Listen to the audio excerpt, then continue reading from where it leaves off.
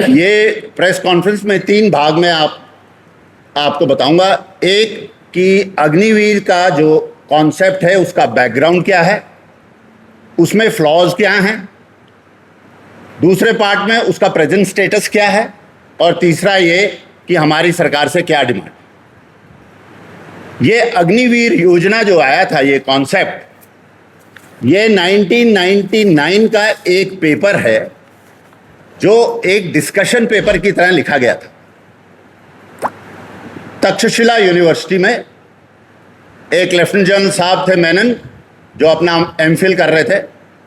उन्होंने एक ये डिस्कशन पेपर लिखा था जिसमें जैसे कि शॉर्ट सर्विस कमीशन ऑफिसर्स के लिए होता है, उसी तरीके से ये कॉन्सेप्ट था कि जो ओआर लेवल पर, अदर रैंक्स के लेवल पर 25% लोग ऐसे होंगे जो शॉर्ट सर्विस कमीशन मांगेंगे और कहेंगे कि हम 4 साल के बाद घर जाना चाहते हैं। 75% रिटेन किए जाएंगे। अब हुआ क्या और कहां हुआ कि ये उल्टा कर दिया गया। 25% रिटेन किए जाएंगे और 75% घर भेज दिए जाएंगे। इसके ऊपर कौन सी एक्सपर्ट कमेटी थी, कौन सा वाइट पेपर है, कौन से लोग थे, कहां से फीडबैक ली गई कि ये कॉन्सेप्ट आना चाहिए कि नहीं, इसके बारे में कोई सरकार का क्लैरिफिकेशन नहीं। फिर ये कॉन्सेप्ट सीधा आर्म्ड फोर्सेस में लागू कर दिया गया। इसका कोई ट्रायल नहीं किया गया। 2020 में जब ये कॉन्सेप्ट जनरल बिपिन रावत ने डिस्कस किया था, उस समय ये कॉन्सेप्ट था शॉर्ट सर्विस कमीशन वाला कि 75% रिटेन किए जाएंगे और 25% वॉलंटरली रिलीज किए जाएंगे। जनरल नराव ने अपनी बुक में भी लिखते हैं, जो ऑब्वियस रीजन से पब्लिश नहीं हुई, कि ये कॉन्सेप्ट जब उन्होंने डिस्कस किया पीएमओ में, तो उस समय कॉन्सेप्ट ये था कि 75% रिटेन किए जाएंगे और 25% रिलीज किए जाएंगे। अब आप देखिए कि ये कॉन्सेप्ट आनन फानन में इसको लागू कर दिया गया। 2020 में ये कॉन्सेप्ट डिस्कस होता है, 2022 में इसको लागू कर दिया जाता। इतनी जल्दी क्या है इस कॉन्सेप्ट को लाने के लिए? इसके ट्रायल हम सेंट्रल आर्म पुलिस फोर्सेस में कर सकते थे, इसके ट्रायल हम असम राइफल में कर सकते थे, इसके ट्रायल हम पुलिस में कर सकते थे, नहीं, मगर ये स्ट्रेट अवे तीनों सर्विसेज पे लागू कर दिया गया। तो इसका ओवरराइडिंग फैक्टर क्या था? ओवरराइडिंग फैक्टर ये था कि जो पेंशन है एक्स सर्विसमैन की, वो कैसे बंद कर दी जाए। आने वाले समय में एक्स सर्विसमैन को पेंशन नहीं दी जाए और वो जो डिफेंस बजट है उसमें जो पेंशन वाला हिस्सा है उसको मिलिट्री टेक्नोलॉजी और मॉडर्नाइजेशन के लिए यूज किया जाए। अब आप बजट बचाने के लिए आप देश की सिक्योरिटी कॉम्प्रोमाइज कर रहे हैं। अब मैं आपको बताता हूं कि सिक्योरिटी कैसे कॉम्प्रोमाइज हुई। आज हमारे यहां सिक्योरिटी सिचुएशन क्या है इंडिया की? चारों तरफ जितने भी हमारे नेबरिंग कंट्रीज हैं वो सब हमारी दुश्मन है। कोई भी ऐसी कंट्री नहीं है जो फ्रेंडली है। एक भूटान को हम मान ले फ्रेंडली और एक हम नेपाल को मान ले फ्रेंडली।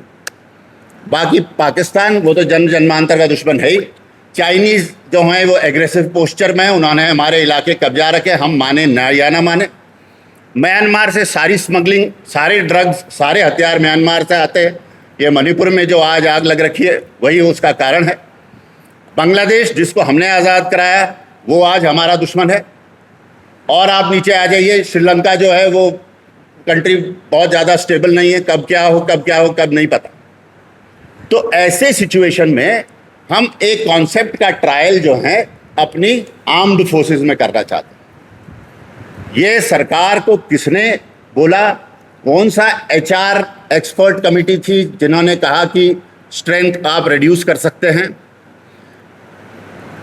इंडियन आर्मी की डेफिशिएंसी कोविड के ज़माने से चल रही है, जब 2 साल कोई भर्ती नहीं, 2 साल भर्ती नहीं हुई, तो आप समझिए करीब 1 लाख की डेफिशिएंसी तो आर्मी में उसी टाइम पे पड़ गई थी। जबकि कोविड के टाइम पे बड़े बड़े जो पॉलिटिकल रैलीज वो चल रही थी, मगर भर्ती बंद कर दी गई थी, क्योंकि बोला एक जगह में इतने लोग एकजुट हो जाएंगे तो कोविड फैलने का डर। अभी तक वो डेफिशिएंसी पूरी नहीं हुई और हम क्या कर रहे हैं कि 75% लोगों को रिलीज कर दे रहे हैं। अब 4 साल का टेन्योर है, टूर ऑफ ड्यूटी से स्टार्ट हुआ था, फिर ये अग्निपथ बना, फिर ये अग्निवीर बन गया। अब जो लोग रिलीज हो रहे हैं, आज क्या हालत?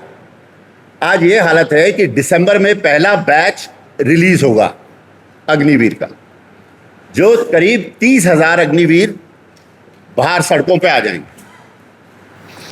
अब जब ये पेपर लिखा गया था तो इसमें इनटेक की बात की गई थी, सर्विस की बात की गई थी, मगर जब ये अग्निवीर रिलीज होंगे उनको कैसे दोबारा से उसको रीसेटल किया जाएगा, इसके बारे में कहीं इस कॉन्सेप्ट पेपर में नहीं लिखा हुआ। और अगर आपको याद हो, जब प्रेस कॉन्फ्रेंस हुई थी अग्निवीर की, जहां पर आर्मी के जंग साहब लोगों ने वो प्रेस कॉन्फ्रेंस ली थी, उसमें उनका ट्रांजिशन कैसे होगा अग्निवीर से, फिर आगे सिविल स्ट्रीट्स में उनको किस तरीके से रीसेटल किया जाएगा, उसके बारे में कोई बात नहीं की गई। जब शोर उठा तो आनंद फानंद में सरकार ने क्या बोला कि 5% सीट बीएसएफ में दे देंगे, 5% सीट सीआरपी में रिजर्व हो गई, 7% सीट पुलिस में रिजर्व कर देंगे।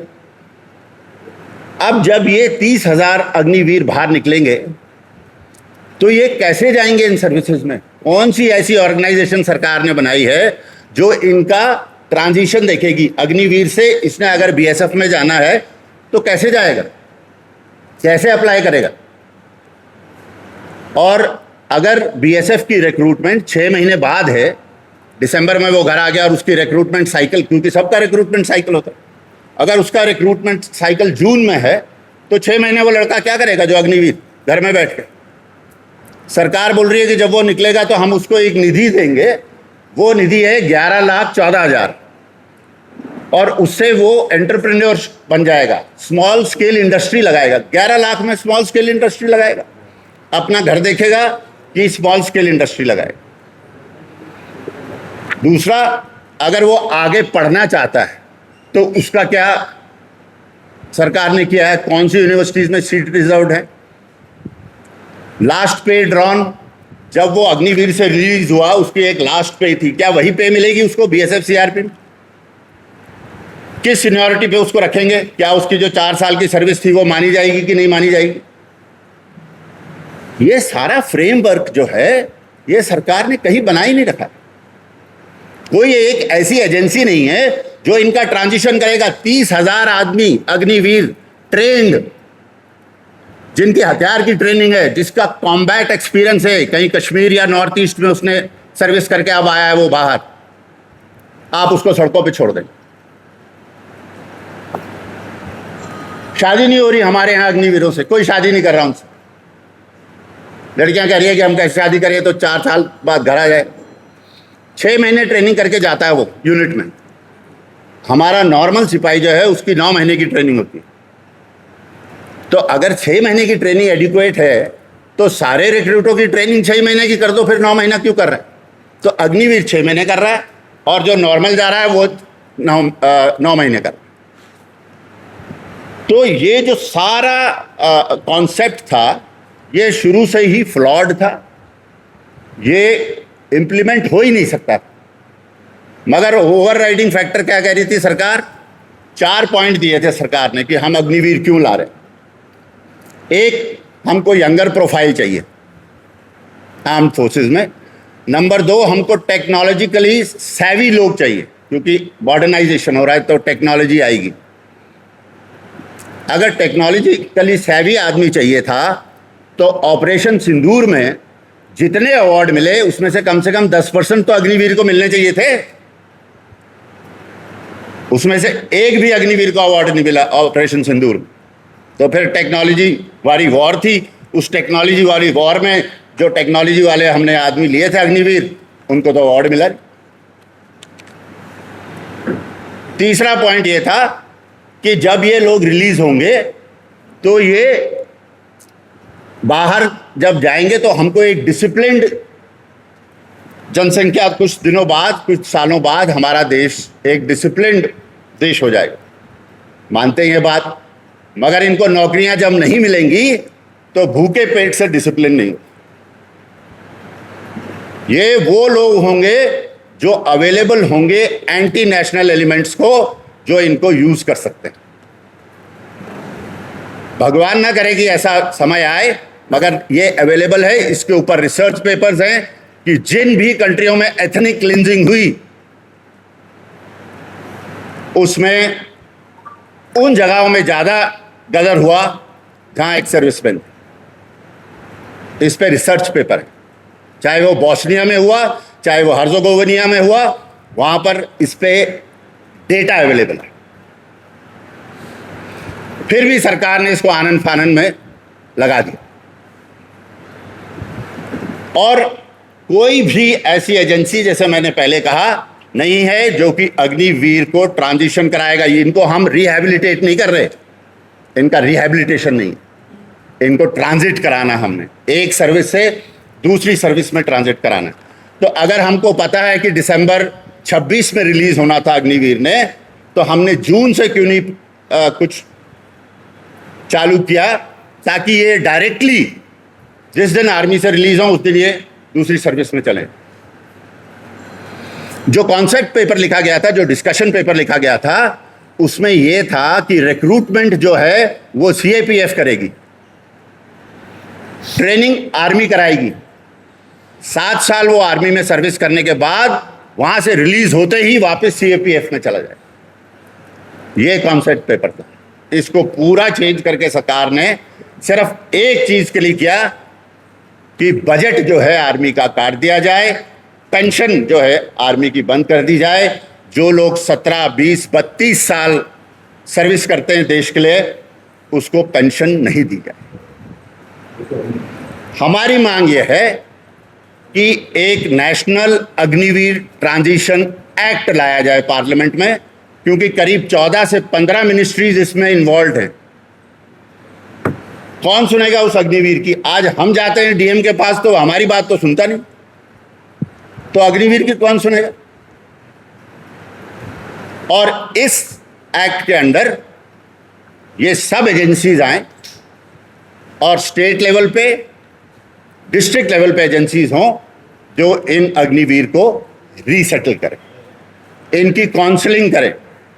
पहले से इसको पता होना चाहिए कि मैंने कहाँ जाना है।